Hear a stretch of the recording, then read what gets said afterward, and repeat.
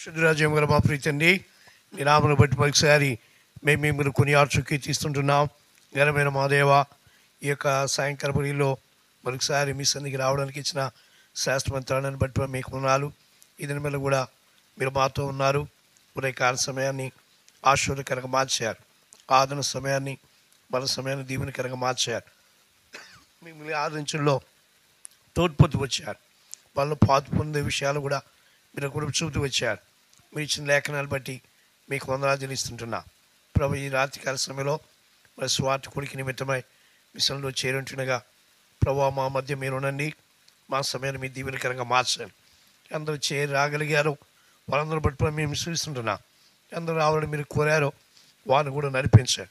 నిలబడి మీ దాసులు మీరు బలపరిచి అభిషేకించి నేను ఉడుపురుగా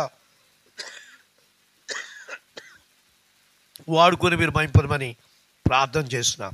దేవా, సౌండ్ సిస్టాన్ని ఎలక్ట్రిసిటీ కూడా మీ స్వాధీనంలో ఉంచుకోండి. ఏది కూడా నీ కార్యానికి అవరోధంగా ఆటంకంగా ఉండకుండాగా అనుగుంచు.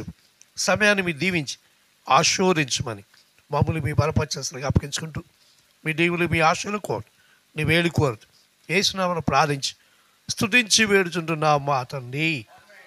ఆమేన్.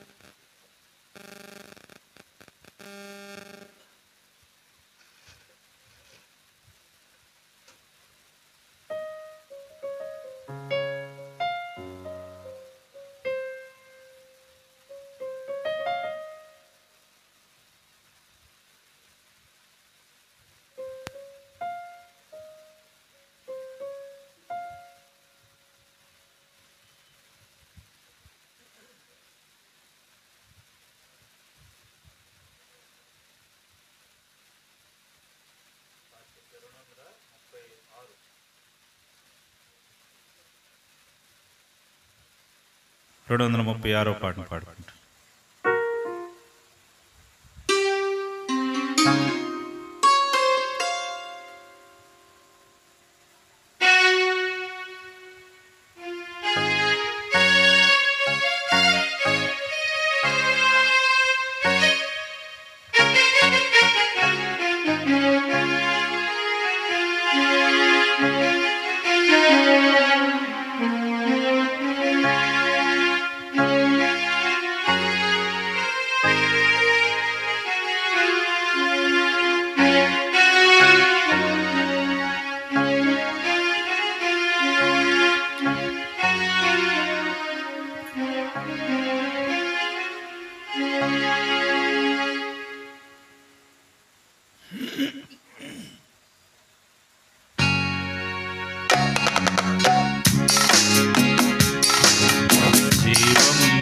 నిచ్చిన దేవుడా, నే పాడేదా నీకు నిరంతరము, నే పాడేదా నీకు నిరంతరము. హల్లెలూయా హల్లెలూయా. పావనుడా నీకు పలుమారు, నేనింకేమి అంగా పాత్రుండాను, నేనింకేమి అంగా పాత్రుండాను. హల్లెలూయా హల్లెలూయా. వెలుగించినావు వెలిగించినావు, గాలిని మాకై కలుగా చేసి, గాలిని మాకై కలుగా చేసి, అనుదినము మాకు ఆహారమిచ్చి, ఊపిరి పోసి కాపాడితివి, ఊపిరి పోసి కాపాడితివి. ఎంచాలే కానీ మంచి పనులు, హల్లెలూయా హల్లెలూయా అని పాడెదన్. ఎంచాలే కాని మంచి పనులు హల్లెలూయా హల్లెలూయా అని పాడెదం హితుడా నీకే స్తుతి గీతము హితుడా నీకే స్తుతి గీతము హల్లెలూయా హల్లెలూయా జీవంబునిచ్చిన దేవుడా నే పాడేదా నీకు నిరంతరము నే పాడేదా నీకు నిరంతరము హల్లెలూయా కరుణా కిరీటమిచ్చేనని కడికడికి నాతో నడిచేనని కడిగడికి నాతో నడిచేనని కోపించువాడు కాడంచునా పాపంబునెల్లా పాటింపడు పాపంబునెల్లా పాటింపడు ఎంచాలే కాని మంచి పనులు హల్లెలూయా హల్లెలూయా అని పాడెదన్ ఎంచాలే కాని మంచి పనులు హల్లెలూయా హల్లెలూయా అని పాడెదన్ హితుడా నీకే స్తుతి గీతము హితుడా నీకే స్తుతి గీతము హల్లెలూయా హల్లెలూయా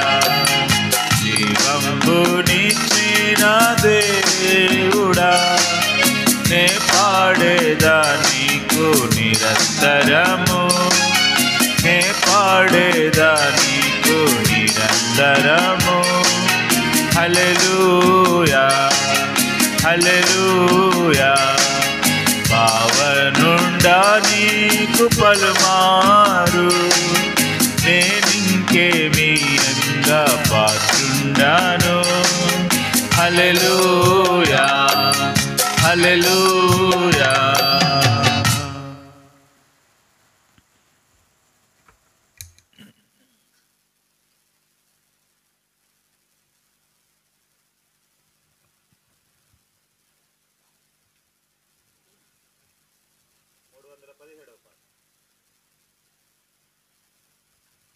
మూడు వందల 17 314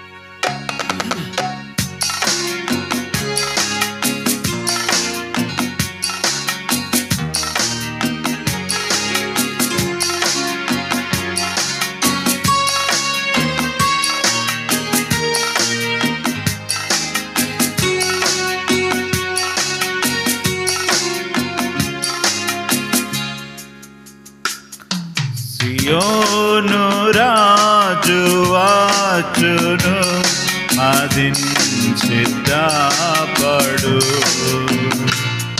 సియోను రాజు వచ్చును, మదిన్ సిద్ధపడు. మీ తనువుల్ శుద్ధి చేయుడి, మీ రాజు కోరకే. మీ తనువుల్ శుద్ధి చేయుడి, మీ రాజు కోరకే. సియోను రాజు వచ్చును, మదిన్ సిద్ధపడు. సియోను రాజు వచ్చును, మదిన్ సిద్ధపడు. లోకస్తులు ప్రశ్నింతురు, మీ రాజు ఎవరని. తన శక్తిని విన్నవారు చూడనాశింతుగా. లోకస్తులు ప్రశ్నింతురు, మరి మీ రాజు ఎవరని. తన శక్తిని విన్నవారు చూడనాశింతురుగా. క్రీస్తే మన రాజని ఉత్సాహించేదము. క్రీస్తే మన రాజని ఉత్సాహించేదము. నీ తనువుల్ శుద్ధి చేయుడి, మీ రాజు కోరకే. నీ తనువుల్ శుద్ధి చేయుడి, నీ రాజు కోరకే. యోను రాజు వచ్చును, మదిన్ సిద్ధపడు. సియోను రాజు వచ్చును, మదిన్ సిద్ధపడు. వాహనములు ఎన్నియున్న సార్థభమును ఎక్కెను, తానెవరి ఎంత నుండునో వారిని ఉద్ధరించును. వాహనములు ఎన్నియున్న సార్థభమును ఎక్కెను, తానెవరి ఎంత నుండునో వారిని ఉద్ధరించును. పరీక్షింప నాయానను చెట్టుకొని ఎందు. పరీక్షించ నాయానను చెట్టుకొని ఎందు. నీ తనువుల్ శుద్ధి చేయుడి, మీ రాజు కోరకే. మీ తనువుల్ శుద్ధి చేయుడి, మీ రాజు కోరకే. సియోను రాజు వచ్చును, మదిన్ సిద్ధపడు. సియోను రాజు వచ్చును, మదిన్ సిద్ధపడు. యేసుని స్వీకరించుడు, వారే గుదురాయనతో తృణీకరించు వారలు నాశింతురుగా నిత్యము. యేసుని స్వీకరించెడు, వారే గుదురాయనతో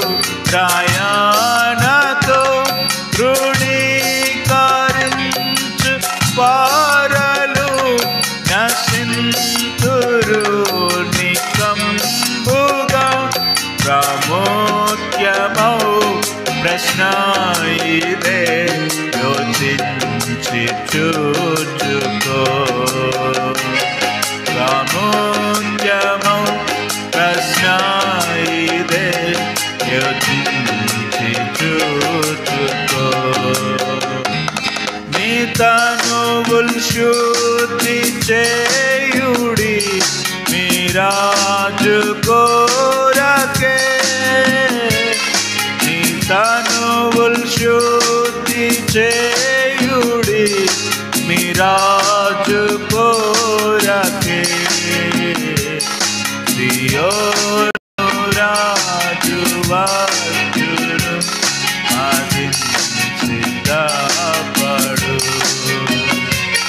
సియోను రాజు వచ్చును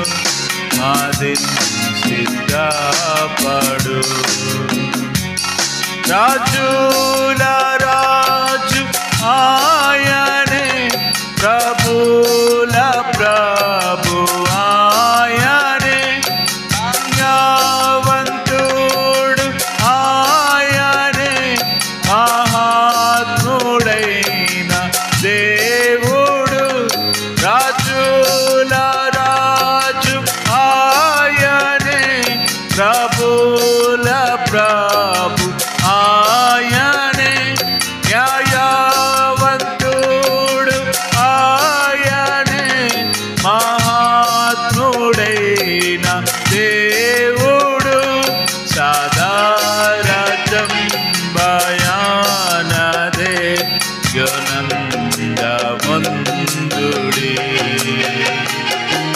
సారాజ్యం భయానదే ఆనందమందుడి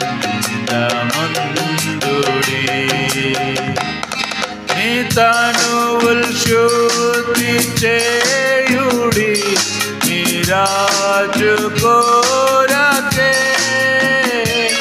నీ తనువుల్ శుద్ధి చేయుడి మీ రాజు కోరకే సియోను రాజు వచ్చును సిద్ధపడు సియోను రాజు ఆయని సిద్ధపడు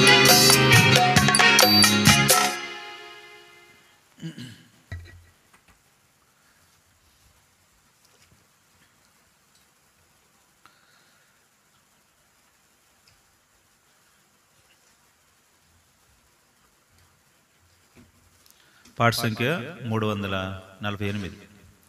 348 పాత వాటిలో 345. 340 ప్రజలారా వేగం రారా నిజ దైవమును కనుగొనరు.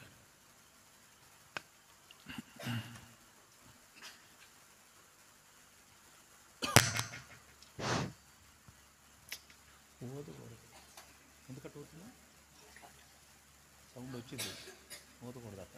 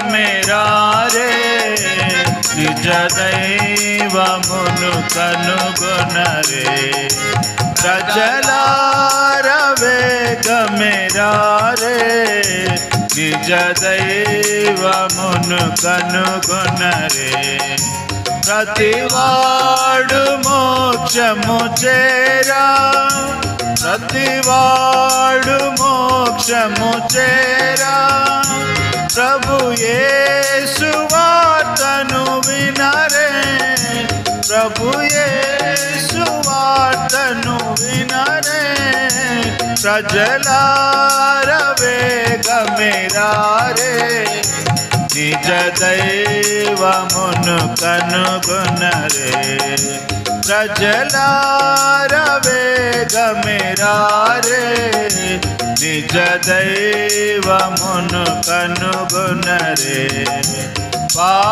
పాపాత్ములన బడువారి భారంబు తీయను గోరి పాపాత్ములన బడువారి భారంబు తీయను గోరి ప్రభు యేసు చూపిన దారి పరమందు సుఖమిడు దారి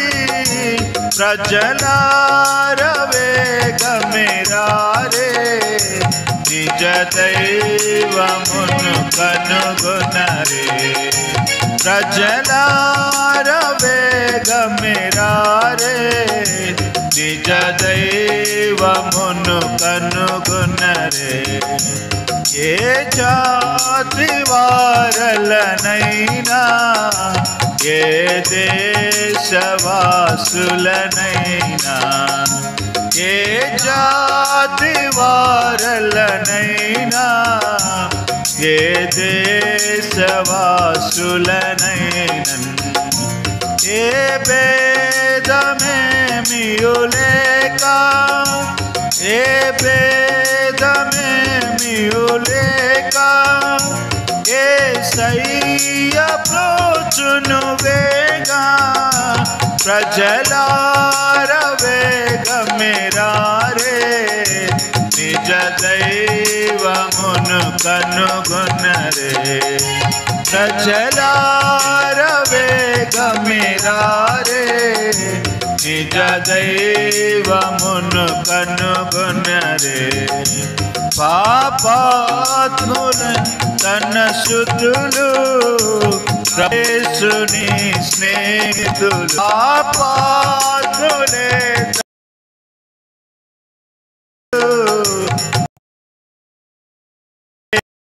యేసునికి స్నేహితులు పాపములెల్లా పోయెన్ నీకింక మోక్షము కలుగున్ ప్రజలారవే గమెరారే నిజ దైవమును కనుగొనరే ప్రజలారవే గమెరారే నిజ దైవమును కనుగొనరే ప్రయాసపడి భారమును మోసేడి ఓ ప్రజలారా ప్రయాసపడి భారమును మోసేడి ఓ ప్రజలారా ప్రభు యేసు క్రీస్తు మీకు ప్రభు యేసు క్రీస్తు మీకు ప్రశాంతినిచ్చును రండి ప్రజలారవే గమెరారే నిజ దైవమును కనుగొనరే ప్రజలారవే గమెరారే నిజ దైవమును కనుగొనరే యేసయ్యగా కనువేరే ఎవరైనా లేరికరారే యేసయ్యగా కను వేరే ఎవరైనా లేరి కరారే దోషంబులెల్లను పాపి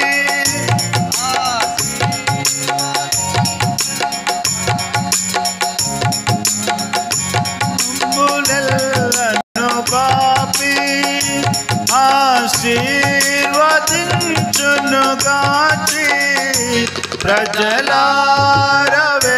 గమ్యరారే నిజ దైవమును కనుగొనరే ప్రజలారవే గమ్యరారే దైవమును కనుగొనరే ప్రతివాడు మోక్షము చేరా ప్రభు యేసు వార్తను వినరే ప్రతివాడు మోక్షము చేరా ప్రభు యేసు వార్తను వినరే ప్రజలారవే గమ్యరారే నిజ దైవమును కనుగొనరే ప్రజలారవే గమ్యరారే నిజ దైవమును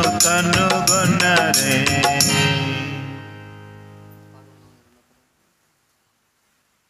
ఎందుకు పరిగెత్తడం ఏంటి? నడుము రావట్లేదండి.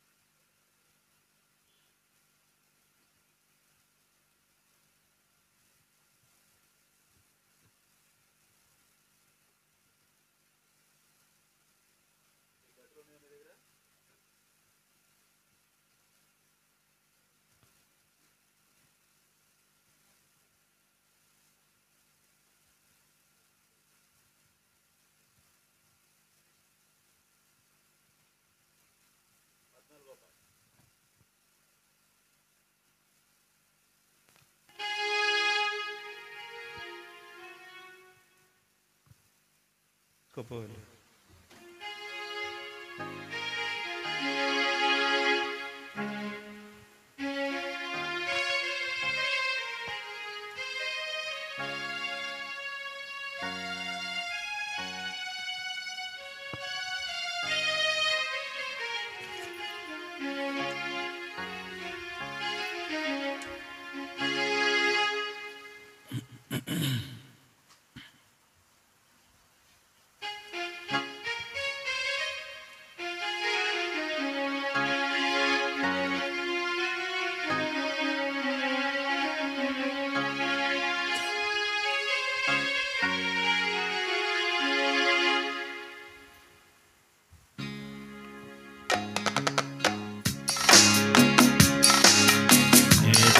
ఓ ప్రియుడా నీ రక్షణ దినము నేడే ఓ ప్రియుడా నీ రక్షణ దినము దేవుని రాజ్యము సమీపమాయెను దేవుని రాజ్యము సమీపమాయెను అంగీకరించుము యేసుని రక్షణ పొందుము ఓ ప్రియుడా అంగీకరించుము యేసుని రక్షణ పొందుము ఓ ప్రియుడా దేవుడు నిన్నెంతో ప్రేమించి తన కుమారుని నీకై పంపించెను దేవుడు నిన్నెంతో ప్రేమించి తన కుమారుని నీకై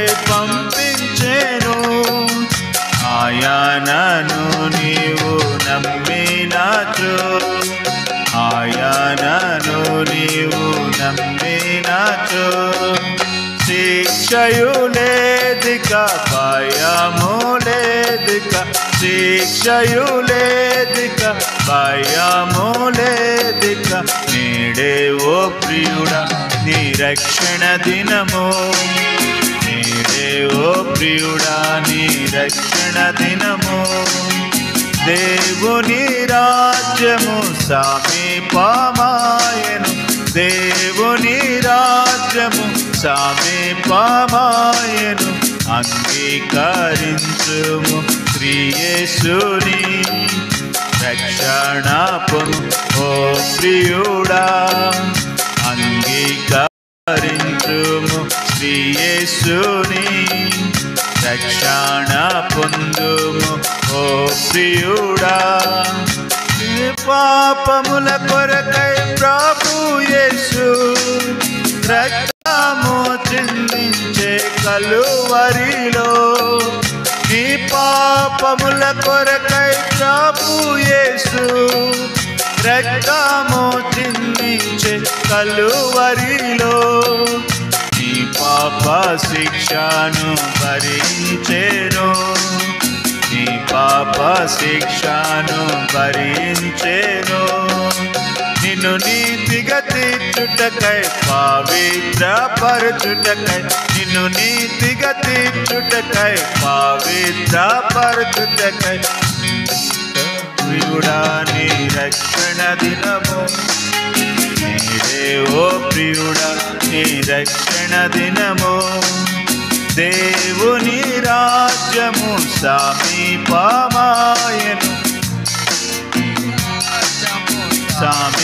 సమీపమాయెను అంగీకరించుము శ్రీయేసుని రక్షణ పొందుము ఓ ప్రియుడా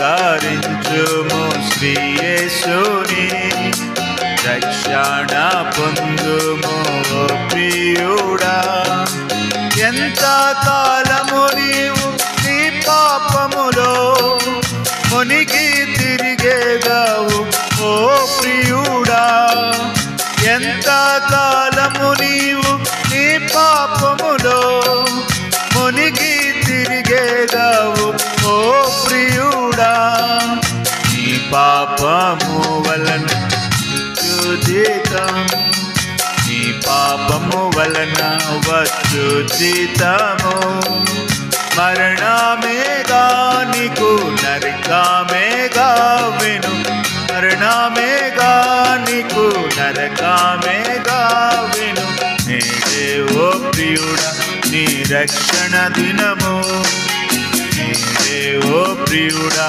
నీ రక్షణ దినము దేవుని రాజ్యము సమీపమాయెను దేవుని రాజ్యము సమీపమాయెను అంగీకరించుము శ్రీయేసుని రక్షణ పొందుము ఓ ప్రియుడా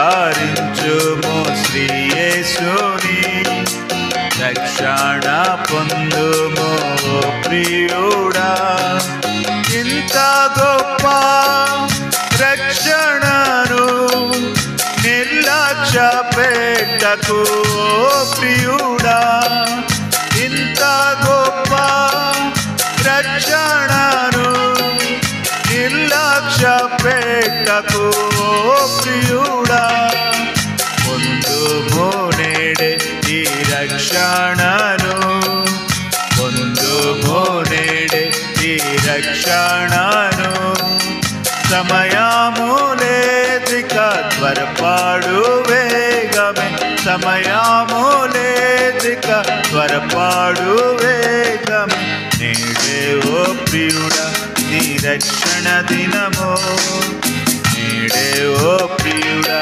నీ రక్షణ దినము దేవుని రాజ్యము సమీపమాయెను దేవుని రాజ్యము సమీపమాయెను అంగీకరించుము శ్రీయేసుని రక్షణ పొందుము ఓ ప్రియుడా అంగీకరించుము శ్రీయేసుని రక్షణ పొందుము పొందుము ఓ ప్రియుడా.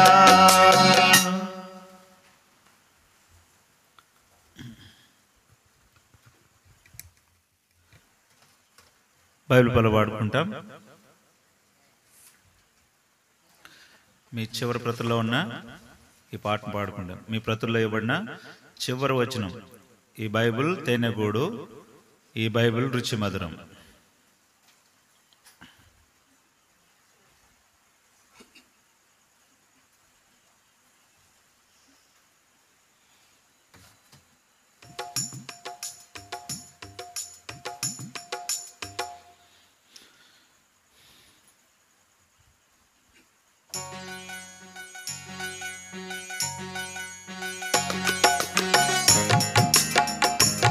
ఈ బైబిల్ తేనెగూడు, ఈ బైబిల్ రుచి మధురము, ఈ బైబిల్ తేనెగూడు, ఈ బైబిల్ రుచి మధురము, ఈ బైబిల్ తేనెగూడు, ఈ బైబిల్ చదివి చూడు.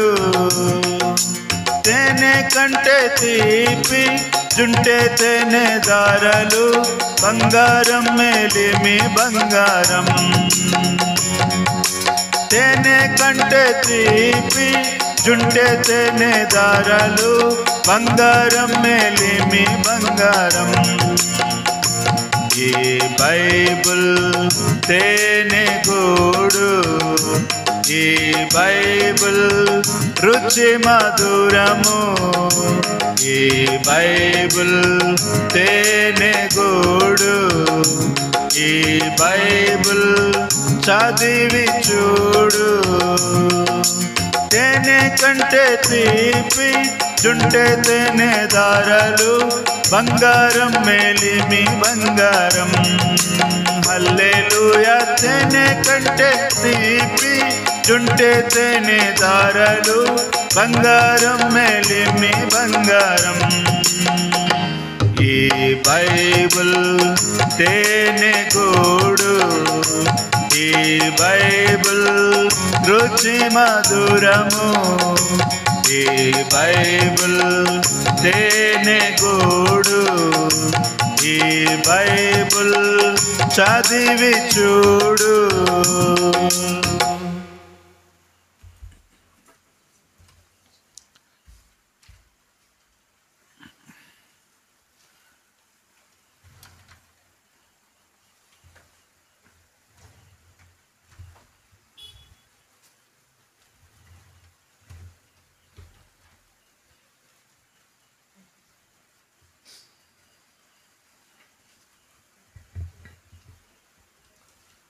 దేవుని వాక్యముల నుండి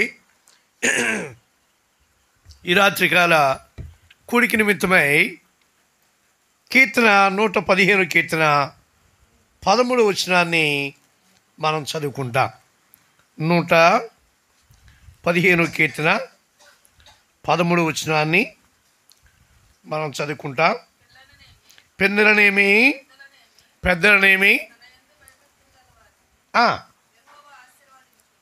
సో ఇక్కడ ఒక మాటని మనం గమనిస్తూ ఉంటున్నాం.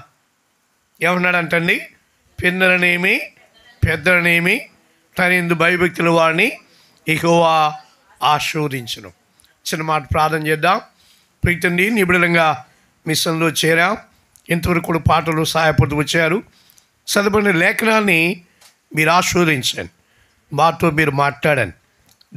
నన్ను మీరు ఖాళీ చేసి ఏదైతే మాతో మీరు మాట్లాడని మీరు ఉద్దేశించారో, ఆన్లైన్లో కూడా నీ ప్రజలతో మీరు మాట్లాడిన కోర్టు వచ్చారో, నీ మాటలు మీ సింహాసనం నుండి విడుదల కలిగజేసి మీరు మాత్రమే మహిమ పొందమని, మా మధ్య మీరు ఉండమని, సౌండ్ సిస్టాన్ని ఎలక్ట్రిసిటీని కూడా మీ స్వాధీనంలో ఉంచుకోవాల్సిందిగా ప్రార్థన చేస్తూ యేసునామమున ప్రార్థించి స్తుతించి వేడుచుంటున్నాం తండ్రి.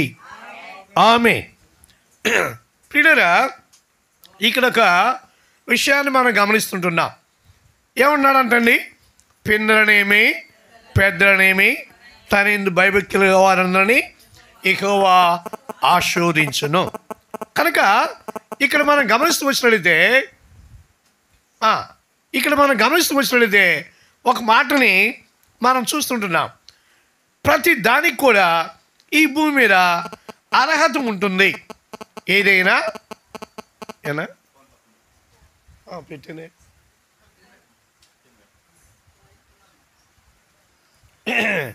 సో ఇక్కడ మనం గమనిస్తూ వచ్చినట్లయితే పిన్నలనేమి పెద్దలనేమి తన యందు భయభక్తులు వారందరినీ యెహోవా ఆశీర్వదించును. అంటే ఇక్కడ ఈ భూమి మీద ప్రతి దానికి కూడా ఒక అర్హత ఉంటుంది, యోగ్యత ఉంటుంది. దాన్ని బట్టే మనుషుడు క్రమేణా అభివృద్ధి చెందడానికి, ఒక ఉన్నతమైన శిఖరాలను రావడానికి అవకాశం ఉంటుంది. ఉదాహరణ, ఏదైనా ఉద్యోగంలో మనం ప్రవేశించాలంటే దానికి సంబంధించినటువంటి క్వాలిఫికేషన్ అనేది చాలా ఇంపార్టెంట్. ఏదన్నా ఒక టీచర్ జాబ్ కావాలంటే BA BD అనో BSc BD అనో ఇలా దానికి సంబంధించినటువంటి స్టడీస్ వాళ్ళు కలిగి ఉండాలి.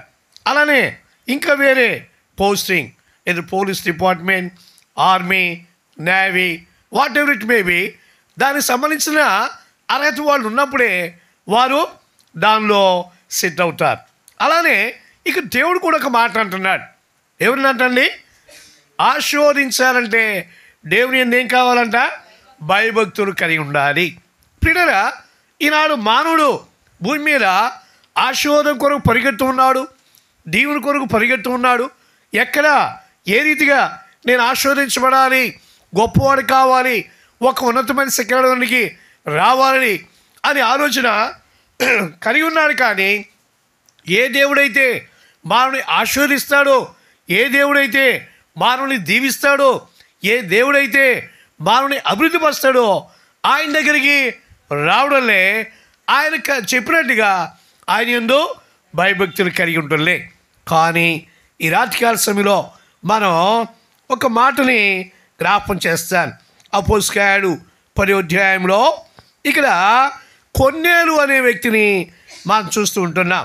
చూడండి, ఈ కొన్నేలు జీవితంలో కొన్ని ప్రాముఖ్యమైన చాలా ప్రాధాన్యత కూడినటువంటి లక్షణాలని ఆయన కలిగి ఉన్నట్టుగా మనం చూస్తుంటున్నాం. ఒకటి ఇక్కడ అంటాడు 2వ వచనంలో, అతడు తన ఇంటి వారందరితో కూడా దేవుని యందు భయభక్తులు కలవాడై ఉండి ప్రజలకు ధర్మం చేయొచ్చు, ఎల్లప్పుడూ దేవునికి ప్రార్థన చేయవాడు. ప్రియులారా, ఇక్కడ 3 విషయాల్ని మనం గమనిస్తుంటున్నాం. ఈయన శతాధిపతి అయిన కొన్నేలు, ఒక మంచి స్టేటస్లో, ఒక మంచి పొజిషన్లో ఉన్నటువంటి వ్యక్తి. ఆయనను తాను మాత్రం తన కుటుంబాన్ని దేవుని యందు భయభక్తులు కలిగి ఆయన జీవిస్తున్నట్టుగా తన కుటుంబాన్ని కూడా ఆ యొక్క మార్గంలోనికి తీసుకొస్తూ వస్తున్నట్టుగా మనం చూస్తుంటున్నాం. ప్రియులారా, ఇందాక మనం చదువుతూ వచ్చాం, చిన్ననేమి పెద్దనేమి. కనుక వారు ఎవరైనా సరే వారు ఆశీర్వదించబడాలంటే ఏం కావాలంట? భయభక్తులు కలిగి ఉండాలి. ఇది నాలుగు కొంతమంది దేవుడు అంటే భయమే, కానీ ఏముండదు? భక్తి ఉండదు. అనగా దేవుని ప్రేమించడం, దేవుని మందిరానికి వెళ్ళడం, దేవుని వాక్యానికి లోబడ్డం, దేవుని వాక్యాన్ని విధేయించడం, దేవుని వాక్యానుసారంగా జీవిద్దామనే ఆశ తృష్ట చాలామందిలో ఉండదు. అఫ్కోర్స్ వారు దేవుడు అంటే భయమే, కానీ ఏమి లేదు, భక్తి లేదు. కొంతమంది భక్తి ఉంటుంది, ఏదేదో దేవుని కొరకు చేయాలని, ఆయన పేరు చేయాలని తలస్తూ ఏదేదో జరిగిస్తూ ఉంటారు. కానీ దేవుడు అంటే ఏముండదు? భయం ఉండదు. అది ఉంటే ఇది ఉండదు, ఇది ఉంటే అది ఉండదు. ఆ హేతుని బట్టే చాలామంది దేవుని చేత ఆశీర్వదించబడిన వారిగా, దీవించబడిన వారిగా ఉండలేకపోతున్నారు. అయితే ఇక్కడ కొన్నేళ్ళు మనం చూస్తున్నట్లయితే ఒక కుటుంబానికి యజమానిగా, ఒక కుటుంబానికి శిరస్సుగా, ఒక కుటుంబాన్ని ఏలేవాడిగా, పరిపాలించేవాడిగా తన కుటుంబం అంతా కూడా తన యొక్క ఆధీనంలో ఉంది, స్వాధీనంలో ఉంది. కారణం ఏంటంటే పురుషుడిగా తన బాధ్యతలు నెరవేర్చడానికి, పురుషుడిగా తనకి విధిని నెరవేర్చడానికి కుటుంబంతో కూడా దేవుని యందు భయభక్తులు కలిగి ఉన్నాయి. అందువల్ల మనం చదువుతాం, కీర్తన 34:10 కూడా యెహోవా యందు భయభక్తులు కలవానికి ఏ మేలు కొదువై ఉండదు. కనుక ప్రతి మేలు కూడా, ప్రతి ఆశీర్వాదం కూడా, ప్రతి దీవెన కూడా దేవుని నుండి వస్తుంది. కాబట్టి దేవుని యందు ఎవరైతే భయభక్తులు కలిగి ఉంటారో వారికి ఏది కూడా కొదువు ఉండదు. ఆయన సమృద్ధిగా వారిని ఆస్వాదించేవాడిగా ఉంటూ ఉన్నాడు. కనుక ఈ రాత్రికాల సమయంలో మనం వాడికి నామం పెట్టుకోవాలి. చాలా సందర్భాల్లో కుటుంబాల్లో మనం చూస్తాం, పురుషుడు దేవుని మందిరంలో ఉంటే స్త్రీలు దేవుని మందిరానికి రారు. స్త్రీలు దేవుని మందిరంలో కనపడితే పురుషులు దేవుని మందిరానికి రారు. వాళ్ళిద్దరు వచ్చారంటే పిల్లలు అసలు అడ్రస్ లేకుండా పోతారు. ఎక్కడ ఉంటారో, ఏం చేస్తారో, ఏ యొక్క పనిలో ఉంటారో ఎవరికి తెలియదు. అంటే వారి కుటుంబాలు ఉన్నాయి, కుటుంబానికి యజమానులుగా ఉన్నారు, కానీ దేవుని ఉద్దేశానుసారంగా ఆ కుటుంబం లేదు. అంటే దేవుని యొక్క శిరసత్వంలో ఆ కుటుంబం కొనసాగటం లే. అందువల్లే వారు దేవుని యొక్క దీవెన్ని, ఆశీర్వాదాన్ని వాడు పొందలేకపోతూ ఉన్నారు. కానీ కొన్నేళ్ళైతే తన కుటుంబంతో దేవుని యందు భయభక్తులు కలిగిన వాడు. రెండవది మనం గమనిస్తూ వస్తే ఏడంటాడు, ఎల్లప్పుడూ దేవునికి ఏం చేసేవాడంట, ఆ ప్రజలకి బహు ధర్మం చేసేవాడు. రెండవది ఏం చేసేవాడు, ప్రజలకి ధర్మము.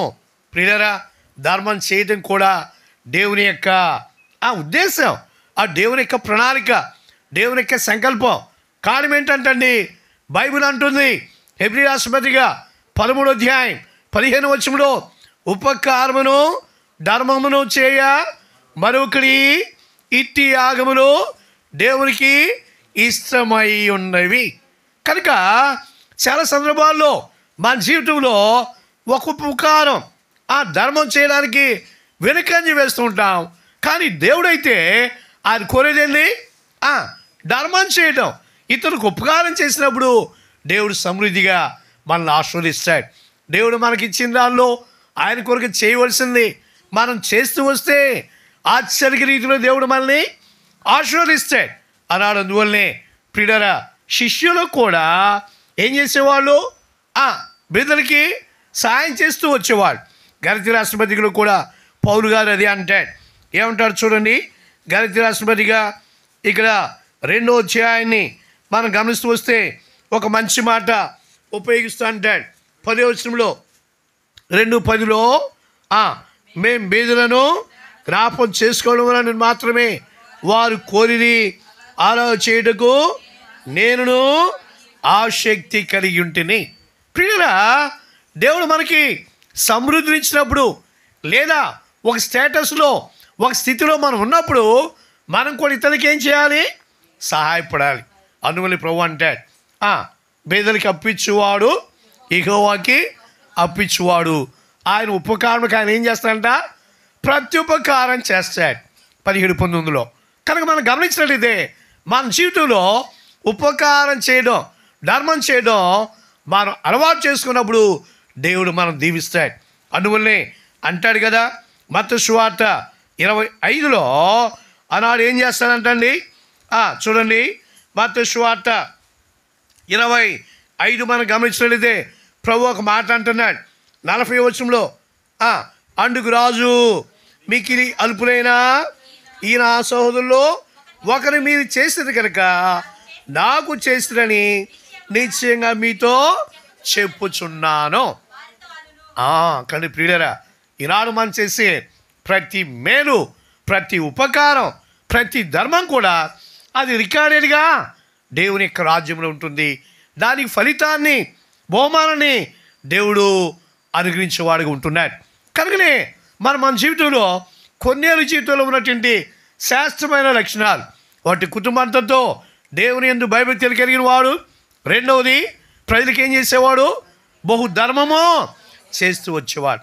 సహజంగా మనం ఎన్నో సందర్భాల్లో ఎవరైనా భిక్షం అడిగారు అనుకోండి, టక్కన మన నోటి నుండి ఏమొస్తుంది, ఏమండి, చిల్లర లేదండి, సింపుల్గా అంటాం, ఉంటుంది. కానీ ఏం లేదు, మనకి ఇచ్చే మనసు లేదు, ధర్మం చేసే బుద్ధి లేదు. కానీ వేరే వాళ్ళు ఇస్తే మనం తీసుకోవడానికి రెడీయే, వన్ వేలో మనం వెళ్తాం. కానీ సెకండ్ వేలో మాత్రం మనం రాము. అందువల్లే ప్రియులారా, చాలా సందర్భాల్లో మనం దేవుని యొక్క ఆశీర్వాదాన్ని దీవుని పొందలేకపోవడానికి గల మెయిన్ కాజ్ మన జీవితంలో దేవుడు కోరిన ఆయన యందు భయభక్తులు కలిగి ఉండడం, రెండవది ప్రజలకి ధర్మం చేయడం అనేది లేకుండా పోతుంది. ఆ హేతుని బట్టి దేవుడు మనల్ని ఆశీర్వదించలేకపోతున్నాడు, దీవించలేకపోతున్నాడు. కనుక మనం గమనించాలి, ఇవి మన జీవితంలో లేకపోతే దేవుని దీవెన మనం పొందలేము. మూడవది మనం గమనించినట్లయితే అతడు ఎల్లప్పుడూ ప్రార్థన చేయవాడు. ఏం చేసేవాడు అంటండి? ప్రార్థన అంటే దేవునితో మాట్లాడడం. ప్రార్థన అంటే దేవునితో మాట్లాడడం. ఎవరు మాట్లాడతారు? ఎవరు దేవునితో సంభాషిస్తారు? ఎవరు దేవుని సహవాసంలో ఉంటారంటే ఎవరైతే వారి యొక్క పాపం నుండి విముక్తులై, పాపం నుండి శుద్ధీకరించబడి, దేవుని రక్తంలో కడగబడి కొనబడిన వారు ఉంటున్నారో వారే తండ్రి సన్నిధిలో నిలబడడానికి యోగ్యులు, అర్హులు. ఇప్పుడు మన ఇంట్లో డాడీ ఉన్నారు, మమ్మీ ఉన్నారు. పిల్లలు ఏం చేస్తారంటండి? ఎంతో ఫ్రీగా డాడీ మమ్మీ అంటారు. వారికి కావాల్సింది ఏదో అడుగుతారు, తీసుకుంటారు. వాళ్ళకి ఏముంది? స్వేచ్ఛ ఉంది, ఫ్రీడమ్ ఉంది. అదేవిధంగా మనం కూడా దేవుని సన్నిధిలో ప్రార్థన చేయడం అంటే దేవునితో మాట్లాడడం, దేవుని అడగడం. ప్రార్థనలుగా దేవుని యొక్క సహవాసములో ప్రార్థన చేయడము మనం అలవర్చుకోవాలి. ఎందుకంటే ప్రభు యేసుక్రీస్తు అంటాడు, మార్కు సువార్త 1వ అధ్యాయం 35వ వచనంలో, ఆయన ఇంకను చాలా చీకటి ఉండగా అరణ్య ప్రాంతమును వెళ్ళి అక్కడ ప్రార్థన చేయుచుండెను. చూసి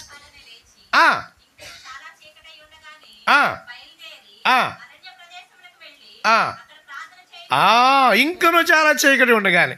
ఏమండి ఇంకా చాలా చీకటి అంటే ఎర్లీ అవర్స్, బహుశా 3 గంటలకు 4 గంటలకు లేచు ఆయన దేవునిలో ప్రార్థన చేస్తూ ఉన్నాడు. సహజంగా ఆ టైము మనం ఎక్కడ ఉంటాం? ఏమండి బెడ్ మీద ఉంటాం, మంచి రెస్ట్లో ఉంటాం, మంచి నిద్ర.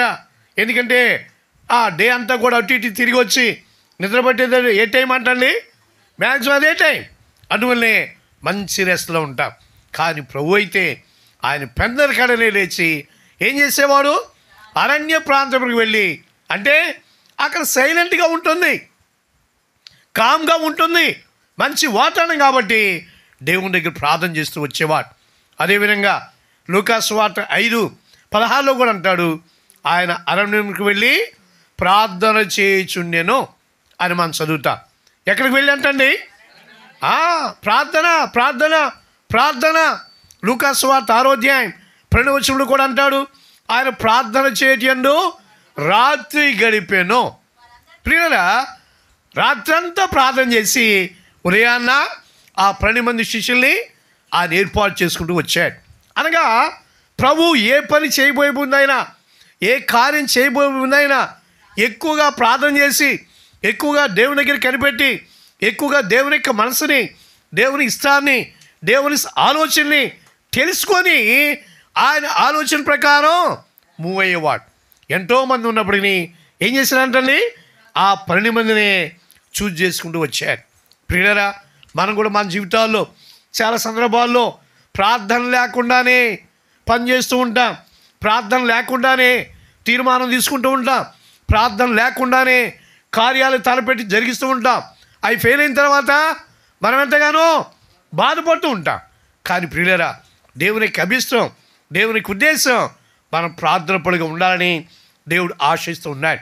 అందువల్లే హెబ్రీ రాష్ట్రపతిగా 5వ అధ్యాయం 7వ వచనాన్ని మనం గమనించినట్లయితే, ఆయన శరీరధారి అయి ఉన్న దినములో మహారోదనతోనూ కన్నీళ్లతోనూ తన్ను మానవు నుండి రక్షింపగలవానికి ప్రార్థనలు యాచనలు సమర్పించి ఆయన యందు భయభక్తులు కలిగి ఉన్నందున ఆయన అంగీకరింపబడుతూ వచ్చారు. ప్రియులారా, యేసు ప్రభువే అంతగా ప్రార్థన చేస్తూ వస్తే, యేసు ప్రభువే అంతగా దేవుని పైన ఆధారపడుతూ వస్తే, అంతగా దేవుని సహాయాన్ని ఆయన కోరుకుంటూ వస్తే, ఈనాడు నాకు నీకు కూడా ప్రార్థన ఎంతో అవసరమై ఉంది. ఆ హేతుని బట్టి కొన్నేళ్ళు ఏం చేశాడు? కుటుంబంతో భయభక్తులు కలిగి ఉన్నాడు, కుటుంబంతో బహు ధర్మం చేసేవాడు, కుటుంబంతో ప్రార్థన చేసేవాడు. కానీ మూడోది మనం గమనించినట్లయితే ప్రార్థన మన జీవితాల్లో ఉండాలి. ప్రార్థన లేకపోతే అసలు మన ఆత్మీయ జీవితంలో మనం నిలబడలే, దేవుని శక్తిని మనం పొందుకోలే. Prayer it gives the power of God. దేవుని శక్తిని మనకి ఇస్తుంది. లూకాసు వార్తలో మాట అంటే 21వ అధ్యాయం, లూకాసు వార్త 21:34 మనం గమనించినట్లయితే ఒక మాట అంటే తిండి వలనను మత్తు వలనను ఐహిక విచార వలనను మందముగా ఉన్నందున ఆ దినము అకస్మాత్తుగా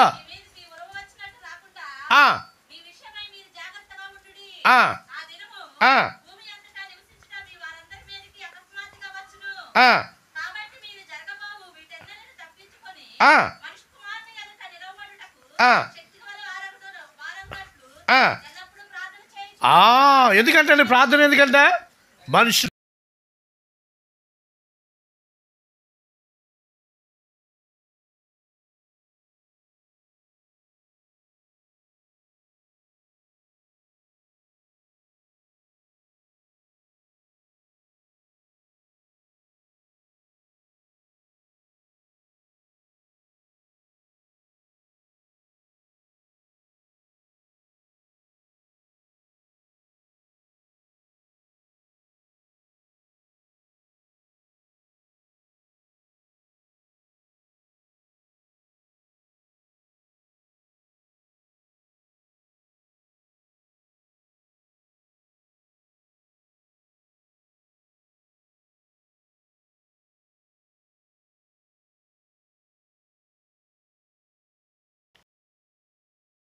ఆరు 14 చదవమ్మా.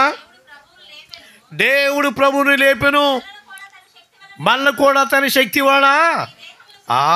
ప్రియులారా చాలండి, ఇక్కడ మనం చూస్తున్నాం దేవుడు ప్రభువుని లేపెను, మళ్ళీ కూడా ఎలా లేపుతాడు? ఆయన శక్తి వలన. దేవుని శక్తి లేనిదే దేవుని మనం ఎదుర్కోలేం, దేవుని శక్తి లేనిదే దేవునిలో మనం నిలబడలేం, దేవుని శక్తి లేనిదే కడబోన మనం వినలేం, దేవుని శక్తి లేనిదే ఆయన సన్నిధిలో మనం నిలిచి ఉండలే. అందువల్లనే ఆ శక్తిని మనం పొందుకోవడానికి మనకేం కావాలి? ప్రార్థన కావాలి. ఒకటి, దేవుని యందు భయభక్తులు కలిగి ఉండాలి. రెండవది, ఎల్లప్పుడూ ధర్మం చేయాలి. మూడవది, ప్రార్థన జీవితాన్ని కలిగి ఉండాలి. నాలుగవది మనం గమనించినట్లయితే 10వ అధ్యాయం అపోస్తలుల 22వ వచనం. అపోస్తలులు 10:22 అంటాడు,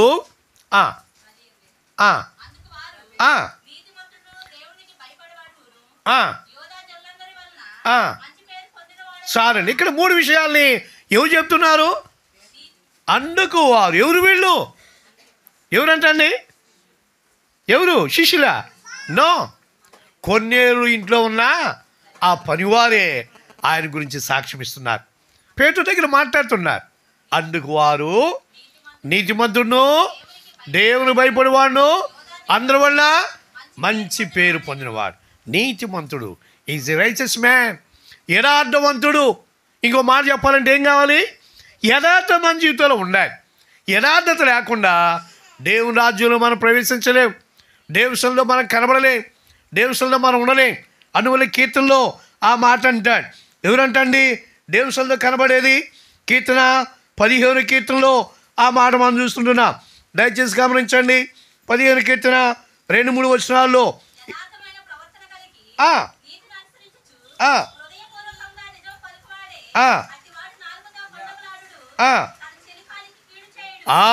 కానీ ఎవరంటండి వీళ్ళు? పైన అంటాడు, యెహోవా నీ గుడారంలో అతిథిగా ఉండదగిన వాడెవడు? యథార్థమైన ప్రవర్తన కలిగిన వాడు. అందువల్లే నీతిమంతుడు మీన్స్ యథార్థవంతుడు. మన జీవితంలో యథార్థత ఉండాలి. ఒకప్పుడు అనీతిమంతులుగా ఉన్నాం, యథార్థత లేని వారుగా ఉన్నాం. కానీ దేవుని ఎరిగిన తర్వాత ఏముండాలి? మన జీవితంలో యథార్థత ఉండాలి, న్యాయం ఉండాలి. ఏదైతే దేవుడు కోరుతున్నాడో దాన్ని మన జీవితంలో కనిపించేవారు ఉండాలి. ఆయన ఇష్టపడేది యథార్థత, నీతి, అందువల్ల అక్కడ అంటాడు నీతిమంతుడును దేవునికి భయపడేవాడు. ఎవరు భయపడేవాడు? దేవుని భయపడ్డాడు కాబట్టి అంత పెద్ద ఆఫీసర్ కూడా డబ్బేమీ ఆశించకుండా సిన్సియర్గా తన డ్యూటీ చేసుకొని తన కుటుంబాన్ని దేవుని కొరకై దేవుని మహిమార్థమై జీవింప చేస్తూ అనేక మందికి ఆదర్శవంతంగా ఉంటూ వచ్చారు. కానీ ప్రియులారా, ఈనాడు లోకములో ఏదైనా మనీ దొరుకుతుందంటే విడిచిపెట్టేవాళ్ళు చాలా తక్కువ, నాకెందుకులే అనేవాళ్ళు చాలా తక్కువ. ఒకసారి మా యొక్క యవన కాలంలో మా ఊళ్ళో ఒక ఆయన టీచర్ గారు, అప్పుడు ఆయన మాస్టారు, స్కూల్ మాస్టారు, మాకు వాక్యం చెప్పడానికి వచ్చేవాడు. చక్కగా వాక్యం చెప్పాడు. ఎంతోమంది కథ రక్షించబడి దేవుళ్ళ వారు కొనసాగుతూ ఉన్నారు. అయితే ఒక టైం వచ్చేసరికి నేను కూడా ఆయన వాక్యం వినే రక్షించబడ్డాను. కానీ ఏమైందంటండి, తర్వాత ఆయన ఎంఈఓగా ప్రమోషన్ వచ్చింది. ఆయన ఎంఈఓ, మండల ఎడ్యుకేషనల్ ఆఫీసర్ అంటారు. ఆ యొక్క ప్రమోషన్ ఆయన పొందిన తర్వాత ఒకసారి ఆయన విజిట్ చేద్దామని వెళితే వినండి ఇటు, ఆయన విజిట్ చేద్దామని చాలా చక్కగా రిసీవ్ చేసుకున్నాడు. కాసేపు మాట్లాడుతూ ఉన్నాం, ఏం తమ్ముడు ఎలా ఉంది సేవ, అది ఇదంటే బాగుందని చెప్తూ ఉన్నాం. కానీ వేరే మాస్టర్లు కొంతమంది వచ్చారు, కొన్ని బుక్స్ అక్కడ పెట్టారు, కొంచెం దానిపైన డబ్బులు కూడా అక్కడ పెట్టారు. ఏం చేశాడు ఈయన, ఆ డబ్బులు తీసుకున్నాడు, సంతకం పెట్టేశాడు, ఆ బుక్స్ ఇచ్చేసాడు. నేనేమన్నా ఊరక ఏంటన్నా వాళ్ళు మనీ ఇచ్చేసారు అని చెప్పేసి అన్నా. ఏం లేదు తమ్ముడు, ఆ సంతకాలు పెట్టాలి కదా, అది ఫార్మాలిటీగా మనకి ఇస్తూ ఉంటారు, మీలాంటి వాళ్ళు వచ్చినప్పుడు అది కాస్త ఉపయోగపడుతుంది అని అంటూ ఉన్నాడు. అంటే దాని అర్థం ఏంటి, అది లంచమేనా? అవునా కాదా? రియల్లీ ఆయన యథార్థవంతుడుకుంటే నాకెందుకు రండి, దేవుడు నాకు ఉద్యోగం ఇచ్చాడు, సర్టన్ అమౌంట్ నేను శాలరీగా తీసుకున్నాను, నాకు వద్దులేని రిజెక్ట్ చేసేవాడు. ఎందుకు మాట్లాడినాడు అంటండి, మనీ ఏం చేస్తారు చాలామందిని, దేవుని యొక్క నీతి నుండి యథార్థ నుండి తప్పించేదిగా దూరపరిచేదిగా ఉంటుంది. ఆ హేతుని బట్టే ఈ యొక్క వ్యక్తి అలాంటి పొజిషన్లో ఉన్నప్పటికీ ఆయన ఎందుకు భయభక్తులు కలిగి ఉన్నాడు కాబట్టి అక్రమ సంపాదనని రిజెక్ట్ చేస్తూ వచ్చారు. ప్రియులారా, మనం కూడా చాలా సందర్భాల్లో న్యాయమైనది ఏదో దాన్ని చేయడానికి బదులుగా అక్రమంగా మనం కూడా జీవిస్తూ ఉంటాం. చిన్న చిన్న విషయాలు కూడా ఇది నాది కాదు, పలాని వాళ్ళది, ఎందుకు వాళ్ళది మన దగ్గర ఉండడం, వాళ్ళకి ఇచ్చేసేయాలి, వాళ్ళకి ఇవ్వాలి అనే భావం చాలామందికి ఉండదు. ఏముందలే చిన్నదే కదా, దీన్ని ఏముందని చిన్నగా జేబులో పెట్టేసుకుంటాం, తీసుకెళ్ళిపోతూ ఉంటాం. ఏమన్నా నాకు తెలిసిన ఒక ఆయన ఉన్నాడు, అప్పుడప్పుడు అక్కడక్కడ మేమేమన్నా విజిట్కి వెళ్తే వాళ్ళ ఇంట్లో కొద్ది ప్లేట్లు గ్లాసులు అట్లాంటివి ఏదైనా బాగున్నాయంటే, అమ్మా ఇది ఎక్కడ తెచ్చావమ్మా, చాలా బాగుంది, ఇది మాత్రం నేను తీసుకెళ్తున్నాను, ఈ రెండు నా దగ్గరే ఉంటాయంటాడు. చిన్న కవర్లు వేసుకుంటాడు, తీసుకొస్తాడు. ఏం బుద్ధో నాకు అర్థం కాదు. So it's a small thing real. ప్రియులారా, ఏంటి అవి మార్కెట్లోకి వెళ్తే దానికంటే గొప్ప మంది తెచ్చుకుంటాం, కానీ ఆయన మైండ్ అంత ఎట్లా, ఎప్పుడన్నా బాని పోయినసారి అల్లా కూడా ఇది బాగుందంటారు, దానికి ఎదురు పెడతారు, ఇది బాగుందంటారు, దీనికి ఎదురు పెడతారు. వాళ్ళు తర్వాత భయపడిపోయారు, అమ్మో ఏందా ఈయన అని ఆలోచన పడ్డారు. అందుకనే మన క్రైస్తవ జీవితం అనేది దేవుడు మెచ్చేదిగా ఉండాలి. అందువల్ల ప్రియులారా, కొన్నేళ్ళు ఏం చేసేవాడు, దేవుని యందు భయభక్తులు కలిగి యథార్థంగా జీవిస్తూ వచ్చాడు. అందువల్ల వారు సాక్ష్యం ఇచ్చారు, నీతిమంతుడును దేవుని యందు భయభక్తులు కలిగిన వాడును యూదా జనుల వల్ల మంచి పేరు పొందినవాడు. ఆ మంచి పేరు దేవుడే ఆయనకి ఇస్తూ వచ్చాడు. అలా ఉన్నాడు కాబట్టి మంచివాడుగానే ఉంటాడు. మంచి పేరు అనేది దేవుడు మాత్రం ఒక వ్యక్తికి గిఫ్ట్గా ఇస్తాడు. కానీ ప్రియులారా, మనం కూడా మన జీవితాల్లో ఈ కొన్నేళ్ళ వలె ఒకటి ఆయన యందు భయభక్తులు కలిగి ఉండడం, రెండవది ప్రజలకి ధర్మం చేయడం, మూడవది ప్రార్థన జీవితం కలిగి ఉండడం, నాలుగవది యథార్థమైన జీవితం కలిగి ఉండడం, ఐదవది దేవునికి భయపడి మన జీవితాన్ని కొనసాగింప చేయడం, ఆరవది ఏంటంటండి అందరి వల్ల మంచి పేరు పొందినవాడు. మన పేరుని చెడగొక్కోకూడదు ఎప్పుడైనా. ఏదైనా పోతే సంపాదించుకుంటాం, కానీ సాక్ష్యం పోతే మాత్రం సంపాదించుకోలేం. నేను ఇప్పుడు చెప్పానే, ఎవరైనా చిన్న చిన్న విషయాల్లో ఇలా చేస్తూ ఉంటారంటే ఇక రెండోసారి ఆయన వస్తున్నానంటేనే వాళ్ళు ఎక్కడి నుండే చూస్తారు, అట్లాంటివన్నీ లోన చదువుకుంటారు. ఎందుకనే ఈ బాధ అని చెప్పి. ఒకసారి క్రిస్మస్ ట్రీ చూశాడు, ఏమంటే ఇది కొంచెం బాగున్నట్టుందే, మా ఇంట్లో పెడితే బాగుండిద్దే అన్నాడు. అది పాపం అమ్మ అన్న ఈ వద్దులే అన్న, 2-3 సంవత్సరాలు నువ్వు వాడుతున్నావు, వాడు కొత్తది కొనిస్తామని వాళ్ళ పిల్లల్ని పంపించి ఏం చేశారు, అది ఆయనకి కొనిపెట్టిస్తూ వచ్చాడు. ఇదిగా మాట్లాడి చెప్తున్నట్టే పిల్లరా, చిన్న చిన్న విషయాలే మళ్ళీ ఎంతో ఆత్మీయంగా నష్టపోస్తాయి. ఇతరులను నిందించేలాగన, ఇతరుల్ని ఏరెత్తి చూపించేలాగన మన సిద్ధపరుస్తూ ఉంటాయి. అందువల్లే క్రైస్తవ జీవితంలో meekness is not a weakness, but it is a godliness అంటారు. అంటే వీక్నెస్ అంటే ఏంది, సాత్వికం అనేటిది దైవికమైనటువంటి లక్షణమే, కానీ అది బలహీనత కాదు. కానీ ఈ సంబంధమైన బలహీనత కనుకుంటే ఆ బలహీనత ఎక్కడ చూసినా కానీ ఆ బలహీనత కొనసాగుతూనే ఉంటాయి. అంటే ఇట్లాంటి వాటికి అలవాటు పడితే ఆ అలవాటులోనే వెళ్ళిపోతుంటాడు, ఎవరు కూడా ఆయన్ని సెట్ చేయలేరు. అందువల్లనే జీవితం చాలా ప్రాముఖ్యమైనది. ఇంకోటి మనం గమనించినట్లయితే చూడండి, అపోస్తలుల 10వ అధ్యాయం ఇలా మాట అంటాడు, 25వ వచనం. 25 పేతురు లోపలికి రాగా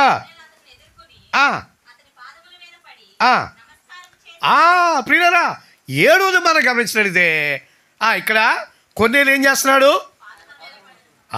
పేతురు ఎక్కడ, కొన్నేళ్ళు ఎక్కడ. కొన్నేళ్ళు ఈజ్ ఎ సుపీరియర్ ఆఫీసర్, శతాధిపతి, 100 మంది సైనికులకి ఒక గొప్ప అధిపతి, నాయకుడు. పేతురేమో ఎలాంటి వాడు, ఏమండి, విద్య లేని పామరుడు, మొన్నదాకా చేపలు పట్టుకొని దేవుని సేవకు వచ్చిన వాడు, అన్ఎడ్యుకేటెడ్ పర్సన్. ఆయనను దేవుని ప్రేమను బట్టి దేవుని యొక్క మహిమ కొరకై ఆయన ఏం చేస్తున్నాడు, పేతుర్ని గనపరుస్తున్నాడు. ఆయన వెంటనే పేతురు తన ఇంటికి రాగానే ఏం చేస్తున్నాడంటండి, అతని పాదములు పట్టుకొని నమస్కారం చేస్తూ వచ్చాడు. రియల్లీ ప్రియులారా, దేవుని భయం ఎక్కడ ఉంటుందో అక్కడ దేవునికి ప్రాధాన్యత ఉంటుంది. అందువల్ల మనం ఒక మాట చదువుతాం, 1 సమూయేలు గ్రంథం 2వ అధ్యాయం 30వ వచనంలో అక్కడ ఒక మాట అంటాడు, నన్ను గనపరచువాన్ని నేను గనపరిచాను, నన్ను తృణీకరించువాన్ని తృణీకరించాను. ప్రియులారా, దేవుని గనపరచడం అంటే తోటి సహోదరుని గనపరచడమే, వారికి ఇవ్వాల్సిన ప్రాధాన్యత ప్రాముఖ్యత ఇవ్వడమే. కానీ మన స్థితో, మన స్థాయో, మన హోదానో, మన స్టేటటో చూసుకొని దాన్ని బట్టి ప్రవర్తించడం మాత్రం దేవుడు యాక్సెప్ట్ చేయడు. దేవుని దృష్టిలో అందరూ ఈక్వల్, ఆల్ ఆర్ ఈక్వల్. అయితే 2 తేడాలు ఉన్నాయి. ఏంటంటండి, ఏంటి, స్త్రీ పురుషుడనే దేవుడు సృష్టించాడు, కానీ there is no differences among spirituality. అందువల్లే మనం ఎప్పుడు కూడా ఆ రీతిగా గౌరవిస్తూ వస్తే దేవుడు మనల్ని కూడా ఆశీర్వదిస్తాడు, దీవిస్తాడు. అందువల్ల ప్రియులారా, మనం గమనించినట్లయితే నన్ను చేర్చుకునేవాడు నన్ను పంపిన వాడిని చేర్చుకొను, నన్ను తృణీకరించేవాడు నన్ను పంపిన వాడిని కూడా తృణీకరిస్తాడని మత్తయి సువార్త 10:42లో మనం చదువుతూ ఉంటాం. కానీ ప్రియులారా, ఎక్కడైతే దేవునికి స్థానం ఉందో అక్కడ దేవుని పిల్లలకు కూడా స్థానం ఉంటుంది, ఘనత ఉంటుంది, గౌరవం ఉంటుంది. అందువల్ల కొన్నేళ్ళు ఆశ్చర్య రీతిలో అంత పెద్ద హోదా కలిగిన వాడైనప్పటికీ ఏం చేశారు, అద్భుత రీతిలో పేతుర్ని నమస్కరిస్తున్నాడు, వందనాలు చెప్తున్నాడు, గౌరవిస్తున్నాడు. కానీ మనం కూడా గివ్ రెస్పెక్ట్ అంటే రెస్పెక్ట్ అని ఇంగ్లీష్లో ఒక సామెత. మనం ఇతరులను గౌరవించాలి, ఆ గౌరవాన్ని మనం పొందుకోవాలి. అంతేగాని ఇతరులు చేస్తే వాళ్ళు కూడా మనం ఆటోమేటిక్గా రిజెక్ట్ చేస్తారు. రిజెక్ట్ చేయడం అనేది దేవుని యొక్క ఆలోచన కానే కాదు. ఆ హేతుని బట్టి కొన్నేళ్ళు అంతటి వాడైన దేవుని సేవకునికి, దేవుని యొక్క దాసునికి ఇవ్వాల్సిన విలువని ప్రాధాన్యత ఇచ్చి దేవుని ద్వారా ఘనపరచబడుతూ వచ్చారు. అంతేకాదు ఇంకో మాట మనం గమనిస్తుంటున్నాం. చూడండి, ఇక్కడ ఒక మాట అంటాడు 33వ వచనంలో, ఆ మాట రాశాడు 32, 33. అమ్మా చదువురాం.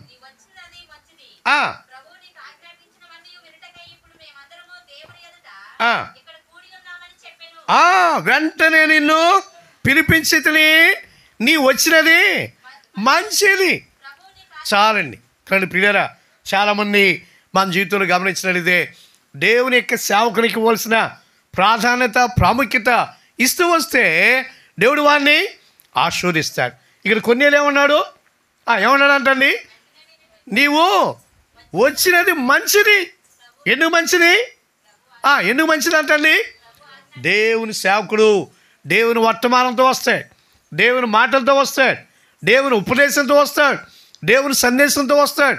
ఆయన మన ఇంటికి రావడమే ఆశీర్వాదం అన్నమాట, దీవెన అన్నమాట. అందువల్లే నీవు రావడం మంచిది. చాలామందికి ఆ తలంపు ఉండదు, ఆలోచన ఉండదు. ఇక్కడ సేవకుడు బయలుదేరాడంటే కొంతమంది దాక్కునే వాళ్ళు ఉంటారు, కొంతమంది లేరని చెప్పేవాళ్ళు ఉంటారు. నాకు నష్టపేట ఒక ఆయన ఇప్పుడు అన్న ఒకసారి రండి అనేవాడు. సరే ఒకసారి టైం ఉంటే ఆయన ఇంటి ముందుకు వెళ్ళి పిలుస్తున్నాను ఆయన్ని. ఆయన నాకు కటన్ చాటున టీ తాగుతాను కనపడ్డాడు. వాళ్ళ అమ్మాయి వచ్చింది, అంకుల్ డాడీ లేడు అంకుల్, డాడీ బయటికి వెళ్ళారు, టీ తాగుతున్నారు కదా అని నేను అనుకున్నాను. అంటే వాడు బుద్ధి అలాంటిదని మళ్ళీ ఎప్పుడు కూడా మళ్ళీ వాళ్ళని విజిట్ చేయలే. అంటే ఫార్మాలిటీగానే ఇన్వైట్ చేస్తారు, కానీ వాస్తవానికి దేవుని యందు భయభక్తి కలిగినటువంటి ఆలోచన వాడికి లేదు. అందువల్ల ప్రియులారా, ఈనాడు మన జీవితంలో కూడా కొన్నేళ్ళంటి మంచి లక్షణం మనకు కలిగి ఉండాలి. మన ఇంటికి ఎవరైనా దేవుని ఆశలు వస్తే వాళ్ళని స్వీకరించడం, ప్రేమించడం, ఆతిథ్యం ఇవ్వడం. గంధాలని స్త్రీ ఏం చేసింది? ఎలీషా వస్తుంటే చక్కగా ఆయన చేర్చుకుంది. అయ్యా నువ్వు ఎప్పుడు వచ్చినా ఇక్కడ భోజనం చేయొచ్చు, ఎప్పుడు వచ్చినా మా ఇంట్లో ఉండొచ్చు, ఇదిగో నీకు ఒక మేడగది కట్టాం, బల్ల, పీట, దీపస్తంభం అన్నీ కూడా ఏర్పాటు చేసాం. You can come at any time to my home. నా యొక్క గృహానికి ఎప్పుడైనా నీవు రావచ్చు. ఆయన రావడం ద్వారా ఆ ఇంట్లో ఏం జరిగింది? మేలు. ఏమండి? ఆయన రావడం ద్వారా ఆమెకేం జరిగింది? మేలు జరిగింది. అప్పుడు దాకా పిల్లలు లేరు. గేహాజీని పిలిచాడు. ఏంటంట? ఆమెకేం చేయాలి మనం? ఇంత శ్రద్ధాభక్తులు ఆమె చూపిస్తుందంటే అయ్యా ఆమెకి కుమారుడు లేడు. అందువల్లే నెక్స్ట్ ఇయర్ కల్లా నీ కౌగుట్లో కుమారుడు ఉంటాను ఎలీషా చెప్పినప్పుడు నెక్స్ట్ ఇయర్ కల్లా ఆమె ఒక కుమారుని కలిగి దేవుని చేత ఆశీర్వదించబట్టు వచ్చి. అంటే దేవుని సేవకులు రావడం ద్వారా మన ఇంట్లో ఉన్న కొరత లేమి తీర్చబడుతుందని మనం వెలగాలి. నాట్ ఓన్లీ దాట్, అక్కడ ఒక మాట అన్నారు, ప్రభు నీకు ఆజ్ఞాపించినవన్నీ మేము వినడానికి సిద్ధంగా ఉన్నాం. ఎవరెవరు చూడండి, ఎవరెవరు ఉన్నారట ఇక్కడ అంటాడు. అమ్మ ఇక్కడ ఒక మాట చదవండి, ఇక్కడ 24 వచనంలో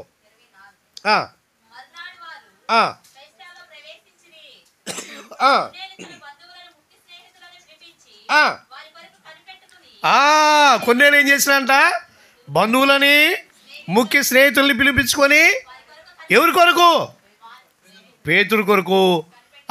తన ఇంట్లో ఉన్న పనివారు కూడా పేతుని పిలిచి రావడానికి వెళ్ళారు కాబట్టి వాళ్ళ కొరకు వాళ్ళందరూ కూడా కనిపెట్టుకొని ఉన్నారు. కొన్నేళ్ళు ఇక్కడ మనం గమనించినట్లయితే ఒక ఆలోచన, నేను రక్షించబడమే కాదు, నేను మారు మనసు పొందడమే కాదు, నా కుటుంబం దేవుళ్ళు ఉండడమే కాదు, నా బంధువులు, నా స్నేహితులు వారు కూడా దేవుణ్ణి ఎరగాలి, దేవుని ఉగ్రత నుండి తప్పించబడాలి, వారు కూడా నా వలే దీవించబడాలని ఆలోచన కలిగి ఉన్నారు. ఈనాడు మనకుందా? ఏమండి, ఈనాడు అలాంటి తలంపు ఉందా? ఈనాడు ఆలోచన ఉందా? కనీసం అట్లీస్ట్ కొంతమంది నేను అనకూడదు కానీ, అయ్యో నా ఇంట్లో నా భర్త రావడం లేదు, నా ఇంట్లో నా భార్య రావడం లేదు, నా ఇంట్లో నా పిల్లలు రావడం లేదు, రేపు నేను దేవుని రాజ్యంలోకి వెళ్తే వాడిని ఇచ్చిన నరకానికి వెళ్తానే. ఏంటి ప్రభువా, నా పిల్లలకి రక్షణ దయచేయి, బారు మనసు దయచేయి, ఇంట్లో ఉన్న వ్యక్తికి, యజమానికి బారు మనసు దయచేయి. పట్టుదలతో ప్రార్థన చేస్తే దేవుడు ఆ కార్యాన్ని చేస్తాడు. అపోస్తలులు 16:31 అంటాడు. ఏమంటాడు? ప్రభువునందు విశ్వాసం ఉంచుము, అప్పుడు నీవును అంటే నువ్వు చెప్పేవు కదా, విశ్వాసం ఉంచే ప్రార్థన చేస్తున్నా, వారికి రక్షణ, వారి మనసు పాప క్షమాపణ మీరు ఎరిగించంటే తప్పనిసరిగా దేవుడు ఆ కార్యాన్ని చేస్తాడు. అప్పుడు ఆ కుటుంబం ఏమవుతుంది? ఆశీర్వదించబడిన కుటుంబం. ఎందుకంటే ఆశీర్వాదం అనేది దేవుని నుండే వస్తుంది. 65వ అధ్యాయం యెషయా గ్రంథం 16వ వచనంలో ఆ మాట మనం చూస్తాం. యెషయా గ్రంథం 65:16లో దేశంలో తనకు ఆశీర్వాదం కలగవాలని కోరువాడు,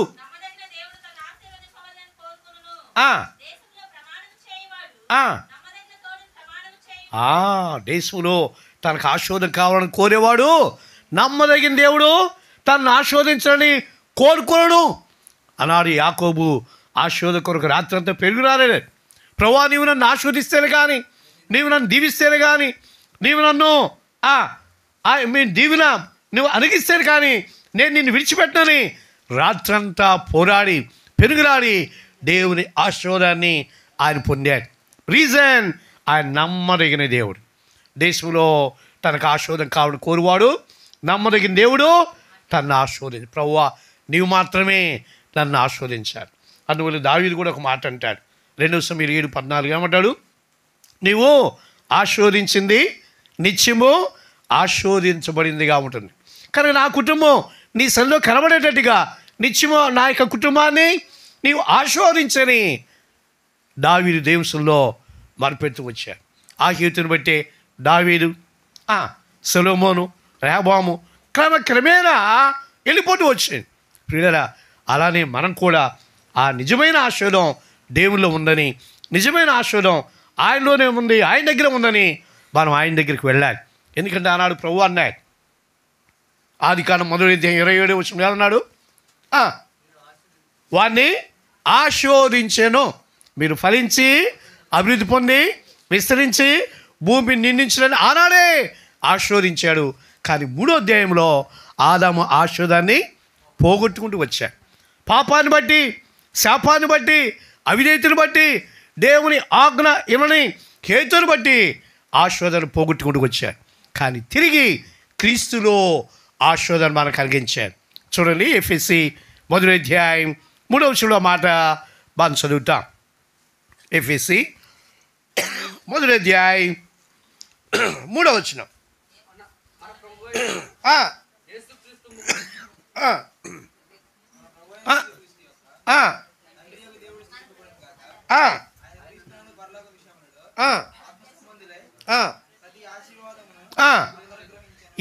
ప్రతి ఆశీర్వాదాన్ని ఆయన మనకు కలిగించాడు.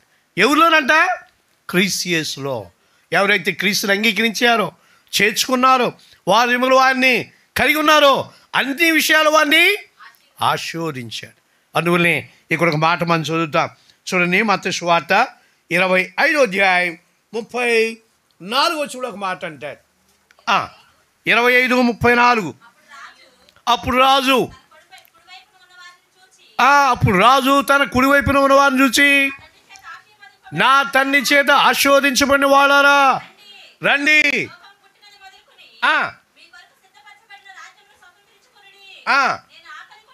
చాలమ్మా. కనుక ఇక్కడ అంటాడు, లోకం పుట్టింది మొదలుకొని మీ కొరకు సిద్ధపరచిన రాజ్యాన్ని. అది ఎవరు పిలిచాడు? ఎవరిని? నా తండ్రి చేత ఆశీర్వదించబడిన వాళ్ళారా. ఈ ఆశీర్వాదం భూమి మీద మనం పొందకపోతే, ఆశీర్వదించబడిన వారి యొక్క లిస్టులో మనం ఉన్నాం.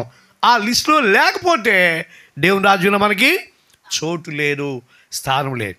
అందువల్లే నా తండ్రి చేత ఆశీర్వదించబడిన వాళ్ళారా, భూమి పుట్టక మునిపే మీ కొరకే సిద్ధపరిచిన రాజ్యంలో ప్రవేశించండి లేదా స్వాతంత్రించుకోండి.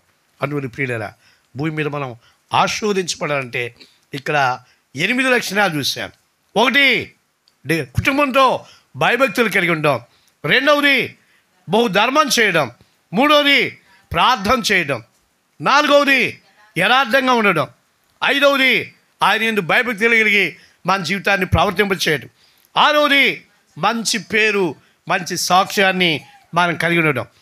7వది, దైవ సేవకుల్ని గౌరవించడం. దైవ సేవకులకి ఇవ్వాల్సిన ప్రాధాన్యత, ప్రాముఖ్యత మనం ఇవ్వడం. 8వది, మన ఇంటికి దేవుని సేవకులు రావడం, మంచిదని మంచి మనస్తత్వాన్ని స్వీకరించాలి, చేర్చుకోవాలి. అక్కడ 9వ మనం గమనించినట్లయితే ప్రభు ఆజ్ఞాపించి వినడానికి మేము సిద్ధంగా ఉన్నామని, మనం ఎప్పుడు సిద్ధంగా ఉండడమే కాకుండా మనము మన బంధువులు, ప్రియులు, చేతులు వారు కూడా ఇష్టపడాలనే ఆలోచన, కోరిక, ఉద్దేశంతో వారిని కూడా ప్రభు దగ్గరికి నడిపించాలి. అలాంటి జీవితాన్ని మనం జీవిస్తామో మనం దేవుల్లో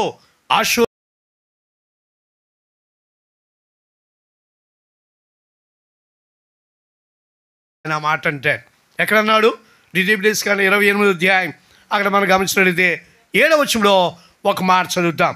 డిజేబిలిటీస్ కారణం 28:7లో చదవండి.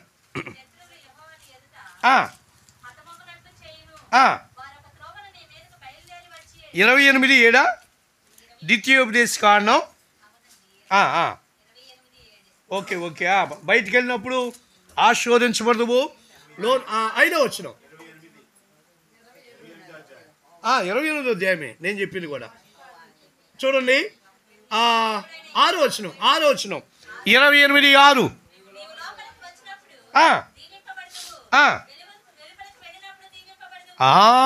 నీవు వెలుపులకు వెళ్ళినా లోనికి వచ్చినా నీవు దీవింపబడు. నీ స్టెప్పే అది ఆశీర్వాదకరంగా ఉంటాయి. అందువల్ల అప్పుడప్పుడు మన వాళ్ళు అంటారు, ఏమంటారంటండి, ఒకళ్ళు వచ్చినప్పుడు ఆ ఇంట్లో కలిసి వచ్చిందంట, ఒకళ్ళు వచ్చినప్పుడు ఉన్నది కూడా ఊడ్చిపోయిద్దంట. అందువల్ల మన వాళ్ళు చిన్నప్పుడు నేను వినేవాడిని, గుడ్డు వచ్చిన వేళ బిడ్డ వచ్చిన వేళ అనే ఒక సామెత పలికేవాడు. వాళ్ళు వస్తేనేమో కొంతమంది కలిసి వస్తుంది, మా పెద్ద కోళ్ళు వచ్చింది, ఎంతగా మేము ఆశీర్వదించబడ్డాము, ఆమె అడిగే మా కుటుంబాన్ని ఈ స్టేటస్లోనికి తీసుకొచ్చి సంతోషిస్తాను. కొంతమంది ఏమో మా చిన్న కోళ్ళు వచ్చింది, కుటుంబంలో సమాధానమే లేదు, ఎవరికి వాళ్ళే ఏమైనా తీరైపోయారు, ఎవరికి వాళ్ళే దూరం అయిపోయారు, సమాధానం లేకుండా నెమ్మది లేకుండా ఆ రీతిగా దేవుని నుండి వారు దూరం అయిపోయారని మనం చెప్తూ ఉంటాం. అందువల్ల ప్రియులారా, ఈ రాత్రికాల సమయంలో మనం ప్రశ్న వేసుకోవాలి.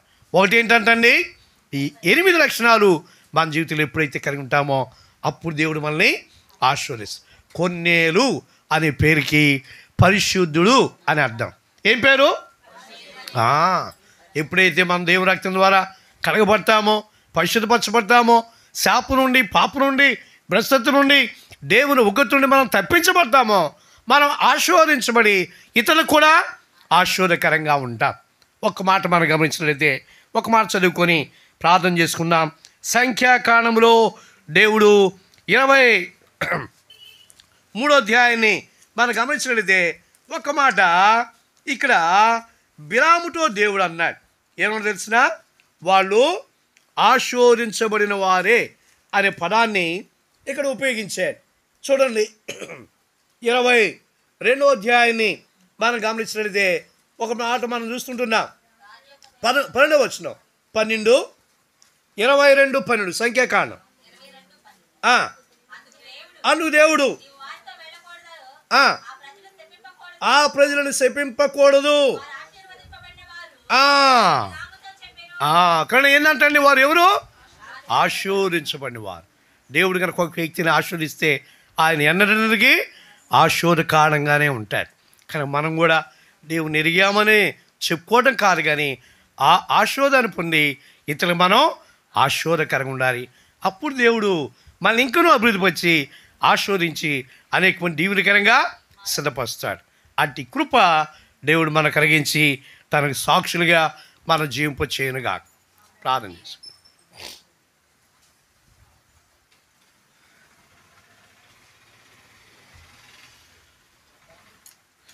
ప్రభుకి స్తోత్రాలు.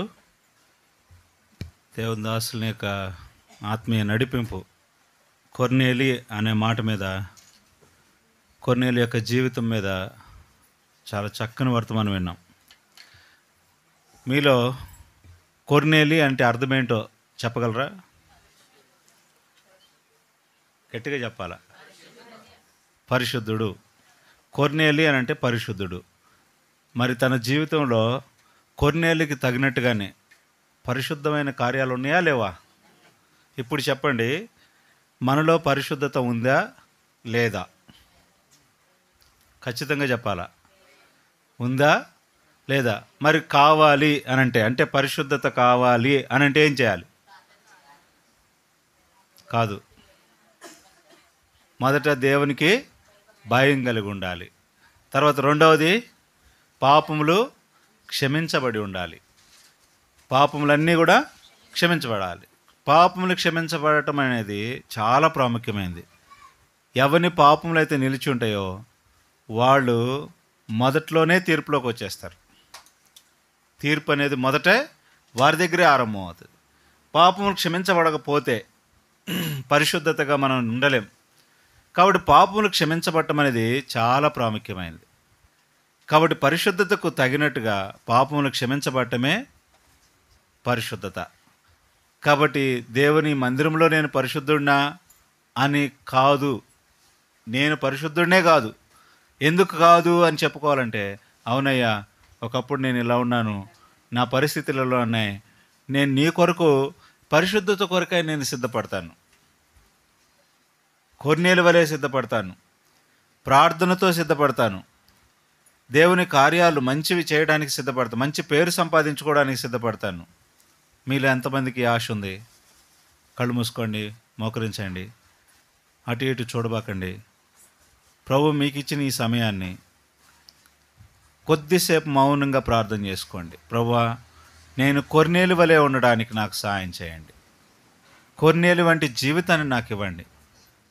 కొర్నేలి తన జీవితంలో ఏదైతే ఉందో దాన్ని బీదలకు దానం చేసేవాడు. మంచి ప్రార్థనాపరుడు. రక్షణ పొందటానికి నేనేం చేయాలో అని అడిగి తెలుసుకున్నాడు. దేవునికి భయపడుతూ జీవించాడు.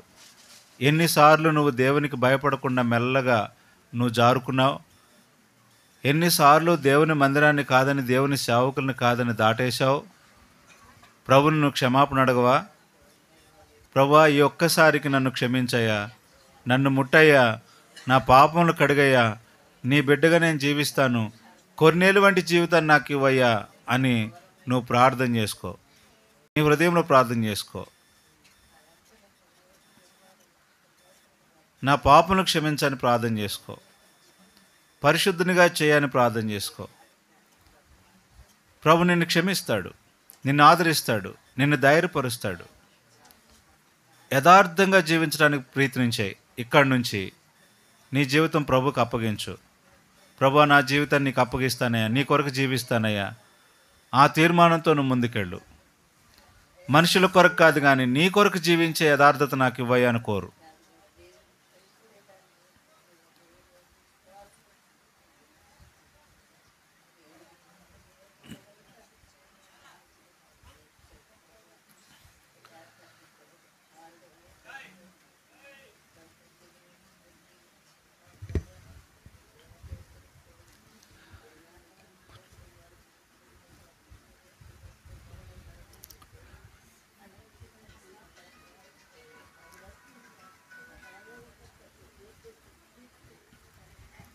ప్రేమ కలిగిన మా ప్రియ పరలోకపు తండ్రి, పరిశుద్ధుడవైన మా దేవా,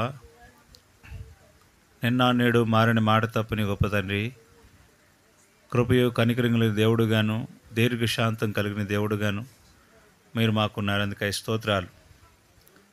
మీ దాసుని సామ్యలను మీరు నిలబెట్టుకొని కొర్నేలు మాకు జ్ఞాపకం తెచ్చారు. కొర్నేలు వంటి పరిశుద్ధతలో 8 అంతల అనుభవాన్ని తెలియజేశారు.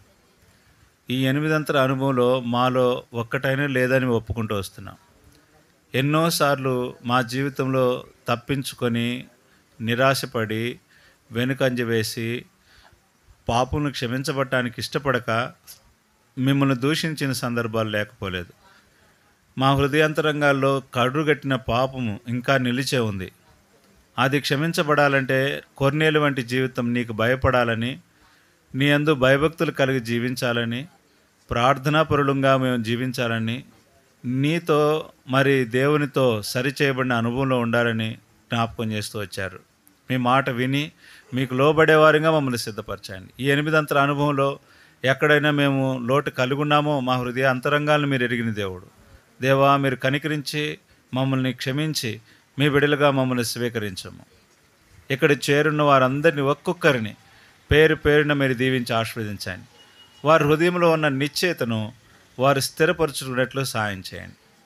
వారి హృదయాలను నెమ్మది పడినట్లు సహాయం చేయండి. అస్వస్థత ఉంటే స్వస్థపరచండి, ధైర్యపరచండి. ప్రభువా, వారి వారి కుటుంబాలను నిజంగా ఆశీర్వదించండి. నిశ్చయముగా వారిని దీవించే దేవుడు. నిజంగా బిలాము అబద్ధ ప్రవక్త అయినప్పటికీ తన జీవితంలో నుండి వారిని శపించకూడదు, వారిని ఆశీర్వదించాలి అని మీరు కోరారు. నిజంగా వారు ఆశీర్వదించబడిన వారని చెప్పారు. కనుక ఈ దినం నుంచి మేము, మా కుటుంబాలు, మా పిల్లలు, అలాగే మాకు అనుగ్రహించిన స్వాస్థ్యం అంతా కూడా నిశ్చయంగా మీరు ఆశీర్వదించారని మేము నమ్ముతున్నాం. మా హృదయాల్లో అటు నిశ్చయతను తీసుకొని రండి. ఆ ధైర్యంతో మేము కొనసాగడానికి సాయం చేయండి. నిబ్బరపరచము. మహిమ, ఘనత, ప్రభావాలు మీకు ఆరోపింపచేస్తూ తిరిగి వారి వారి పనుల్లో ప్రవేశిస్తున్నారు. దేవా, వారమంతట్లో వారు చేసే పనిలో మీరు తోడేయండి. వారంత కోడికల్లో కూడా పాలు పొందడానికి సాయం చేయండి. సమస్తమును మేలుకై జ్ఞాపకం చేసుకునండి. ఘనత, మహిమ, ప్రభావం మీకే ఆరోపింపచేసుకుంటూ యేసు ప్రభువారైతే పరిశుద్ధమైన, ఘనమైన కృతజ్ఞత స్తుతులు చెల్లిస్తూ ప్రార్థన చేసి వేడుకుంటున్నా మా తండ్రి. ఆమెన్. తండ్రి అయిన దేవుని ప్రేమ, కుమారుని యొక్క కృప, పరిశుద్ధాత్మని యొక్క అన్యోన్య సహవాసము ఇప్పుడు మన తన్ను ప్రేమించే వారందరికీ సదాకాలము తోడయుండునుగాక. ఆమెన్.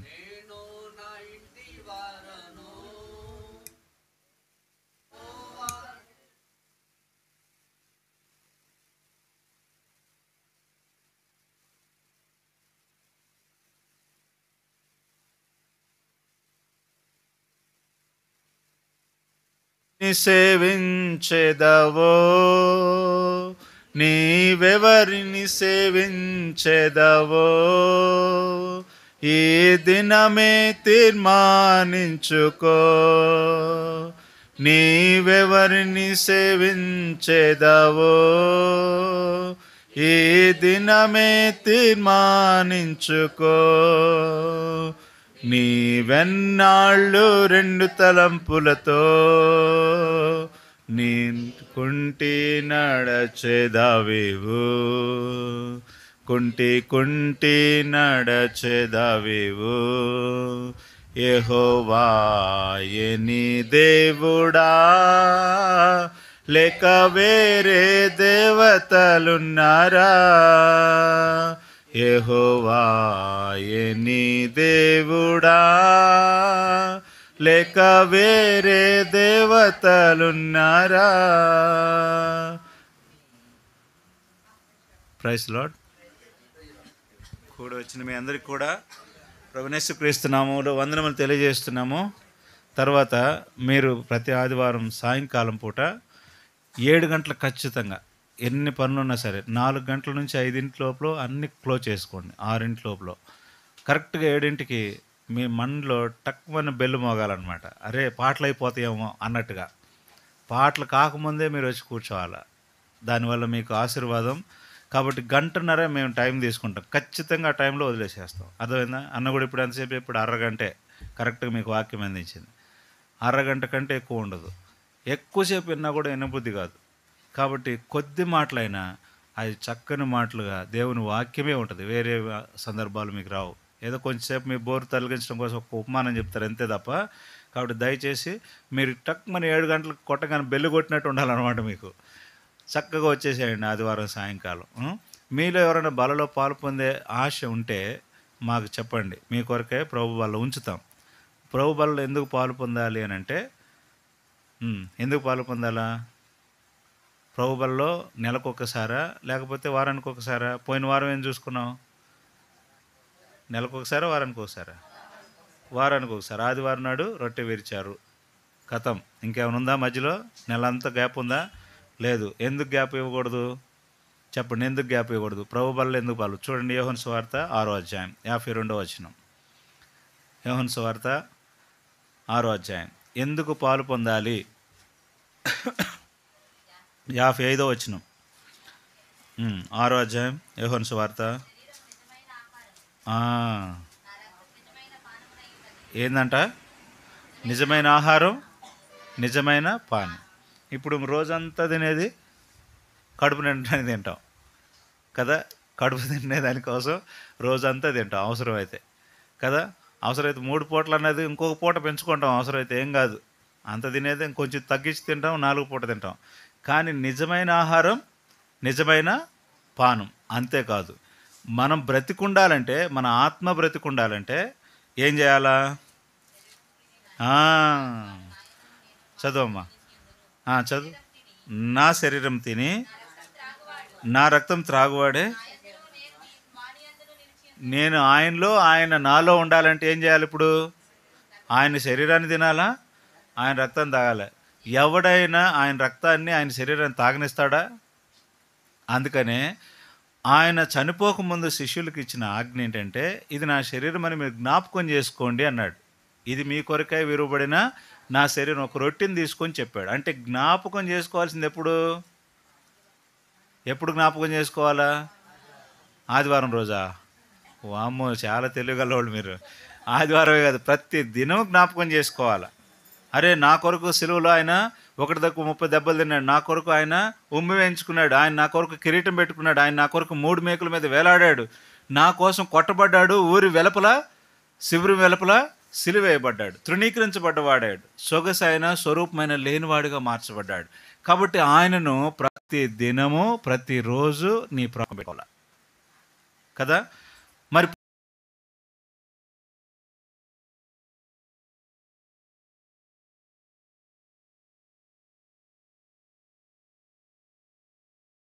అంటే ప్రతిరోజు వాళ్ళకి అదే పండగ అయిపోయింది. యేసు ప్రభువారిని జ్ఞాపకం చేసుకున్నావా అని అనగానే వాళ్ళ ఇంట్లోకి వెళ్ళటం, రొట్టె తీసుకోవడం, జ్ఞాపకం చేసుకోవటం, మంచిగా అది కదా. చేస్తుంటే పౌలు అరే దీన్ని దుర్వినియోగం చేయకూడదు వచ్చేసరికల్లా 20 అధ్యాయంకి వచ్చేసరికల్లా 20 అధ్యాయం 7వ వచనంలోకి వచ్చేసరికి పౌలు ఏం చేసినాడంటే, ఆదివారం నాడు దాన్ని స్థిరపరిచాడు. తప్పనిసరిగా రొట్టె విరిచే అనుభవాన్ని ఆదివారం నేర్పించాడు. అప్పుడేమైంది? అక్కడ రొట్టె విరిచారు. ఇప్పుడు ఆయన రక్తం తిని, ఆయన శరీరం తిని, ఆయన రక్తం త్రాగువాడే నేను ఆయనలో ఉంటాను, ఆయన మనలో ఉంటాడు. అంతేకాదు, అంత్యదినమున నేను వారిని, అంత్యదినాలు ఎప్పుడు వస్తాయి? మనం పోయే రోజు అవ్వచ్చు, లేకపోతే పీటర్ చచ్చిపోయే రోజు అవ్వచ్చు, అంత్యదినాలు అవే కావచ్చు. ఆ రోజు కూడా ఆయన రక్తాన్ని, ఆయన శరీరాన్ని జ్ఞాపకం చేసుకోవాలి. నేను చచ్చిపోయేటప్పుడు కూడా ఎవరు జ్ఞాపకం రావాలా?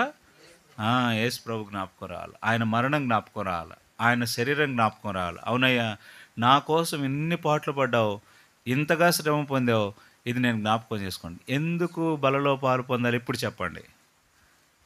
ఎప్పుడు పాలు పొందాలనేది పోయిన వారం చెప్పాను. ఈ వారం ఎందుకు బలలో పాలు పొందాలన్నాను? ఆయన మనందు ఉండాలంటే, మనం ఆయనలో ఉండాలంటే ఆయనలో పాలు పొందాలి. ఇప్పుడు చెప్పండి, మీరు ఆయనలో ఉంటారా? ఆయన మీలో ఉన్నాడా? ఏందన్నా కన్ఫ్యూజన్లో పెడతా ఉంటాం. మళ్ళీ చెబుతున్నా, నువ్వు ఆయనలో ఉండాలి అని అంటే, ఆయన నీలో ఉండాలంటే ఏం చేయాలి? ఎప్పుడు నెలకోసారి తీసుకున్నాం. ఇప్పుడు అది కూడా అక్కడ టైం టేబుల్ మారిద్దాము. మార్చాలా, మనం మారాలి, ఎదుటి వాళ్ళు కూడా మారాలి. మనం క్రీస్తులో ఉండాలి, క్రీస్తు మనలో ఉండాలి. ఇప్పుడు చెప్పండి,